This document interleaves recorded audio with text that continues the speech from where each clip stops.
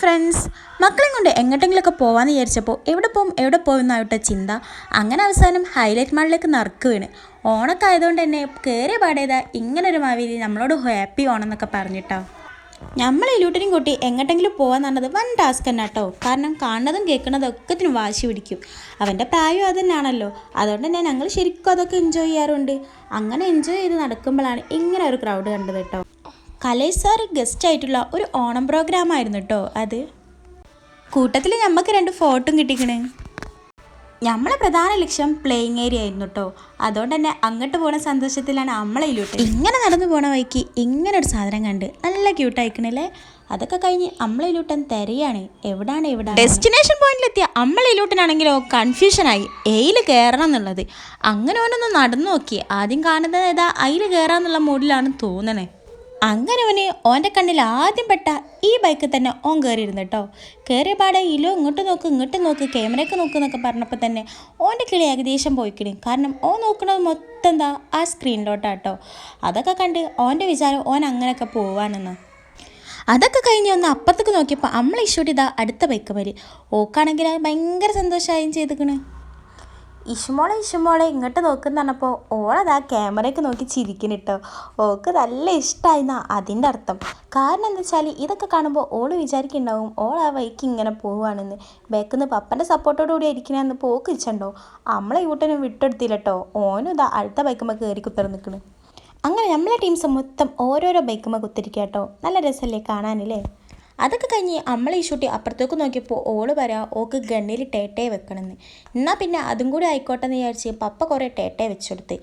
പറഞ്ഞത് പപ്പ ആയതുകൊണ്ട് തന്നെ ഈ ആഗ്രഹം പപ്പൻ്റെതാണോ മോളതാണോ എന്ന് ആർക്കറിയാം.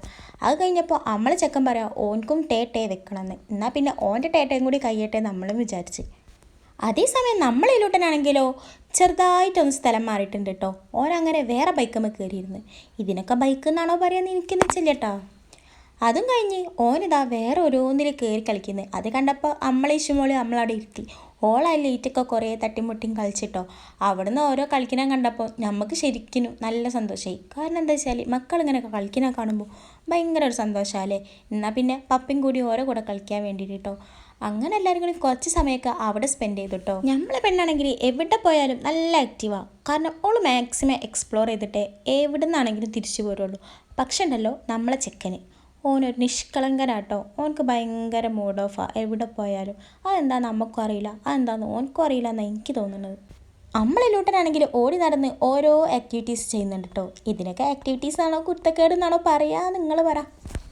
പപ്പ ആണെങ്കിലോ മറ്റേ ഭാഗത്തുനിന്ന് വോളിബോളും കളിക്കുന്നുണ്ട് കേട്ടോ. ഒരു എണ്ണം ശരിയായപ്പോൾ പപ്പ വിചാരിച്ച അടുത്തത് ശരിയാവായിരിക്കുന്നത്. അങ്ങനെ അടുത്തിട്ട് കാണിച്ചു തരാന്ന് പറഞ്ഞപ്പോൾ അത് അതിൻ്റെ വൈക്ക് പോയിട്ടോ. പപ്പ ആകെ ചമ്മിപ്പോയി. പിന്നെ അടുത്തേൽ നോക്കിയപ്പോൾ അത് കിട്ടിയിട്ടോ. ഇതൊക്കെ കാണിച്ചു കൊടുക്കുന്നതായിരിക്കാ നമ്മളെ ചെക്കൻ ഇതുണ്ടോ മനസ്സിലാവണല്ലേ. ഇലൂട്ടനാണെങ്കിലോ അവിടെ കാണുന്ന എല്ലാത്തിലും പിടിച്ച് തിരിക്കുന്നുണ്ട്. എന്താ ഏതാണെന്നൊന്നും അവനക്കറിയണ്ട. അവനങ്ങ് ഓടിപ്പോവുക, എന്താണെന്ന് വെച്ചാൽ അവനക്ക് തോന്നിയത് ചെയ്യുക. ഞങ്ങളാണെങ്കിൽ അവൻ്റെ ഇഷ്ടത്തിന് വിട്ടും കൊടുത്ത്. കാരണം അവൻ്റെ ഏരിയ ആണല്ലോ. അങ്ങനെ അവൻ എക്സ്പ്ലോർ ചെയ്യട്ടെ എന്ന് നമ്മളും വിചാരിച്ചിട്ടോ. ഇലൂട്ടനാണെങ്കിലോ ഒരു സ്ഥലത്ത് ഇരുന്നാൽ അവനക്ക് അവിടെ ഇരിപ്പ് ഉറക്കില്ല. അങ്ങനെ അവൻ അപ്പുറത്ത് പോവും, അവിടുന്ന് അപ്പുറത്തേക്ക് പോവും, അവിടുന്ന് പിന്നെ ഓടും. ഇതൊക്കെ കേട്ടോ അവൻ ചെയ്യുന്ന പരിപാടി. അവനെ നോക്കാനും മക്കളെ നോക്കാനും കുറച്ച് ബുദ്ധിമുട്ടുണ്ട്. കാരണം എന്താ വെച്ചാൽ അവനെങ്ങോട്ടാ ഓടുന്നതെന്ന് ഒരു കണ്ണ് തെറ്റിയാൽ പോയി. കുറച്ച് കഴിഞ്ഞപ്പോൾ അവൻ്റെ കയ്യിൽ എന്താ ഗണ്ണ്. അവന് ഗണ്ണ് വെക്കണം എന്നൊക്കെ പറയുന്നത്. പക്ഷേ ഉണ്ടല്ലോ അത് എടുത്തിട്ട് പോകാത്ത സംഭവമേനു. അത് ഓനെക്കൊണ്ടും എന്നെക്കൊണ്ടും പറ്റുന്നില്ലേനി കേട്ടോ. ഇഷൂട്ടിക്ക് നല്ല ഇഷ്ടമായതുകൊണ്ട് തന്നെ കുറച്ച് നേരം ഞാൻ ഇഷൂട്ടിക്ക് പിടിച്ച് കാണിച്ചു കൊടുത്തിട്ടോ. ഓൾ അതിലൊക്കെ നോക്കുന്നുണ്ടേനി. അതുകൊണ്ട് തന്നെ പിന്നെ കുറച്ച് നേരം കഴിഞ്ഞപ്പോൾ ഞങ്ങൾ അവിടെ നിന്ന് അങ്ങ് തിരിഞ്ഞിട്ടോ. അത് കഴിഞ്ഞ് വേറൊരു വണ്ടിയിൽ കയറി. അവിടെ നിന്നാണെങ്കിൽ ഇഷൂട്ടിക്ക് ഭയങ്കര ഇഷ്ടമായിട്ടോ. അവൾ ആ ഹാൻഡിലൊക്കെ പിടിച്ച് തിരിച്ചും കളിച്ചും ഒക്കെ അവർ നല്ല എൻജോയ് ചെയ്യുന്നുണ്ടേനി കേട്ടോ. ശരിക്കും നമ്മളെ ഇലൂട്ടനും അപ്പുറത്തുണ്ടേ അവനക്കും ഇഷ്ടമായിക്കണം അതൊക്കെ കേട്ടോ.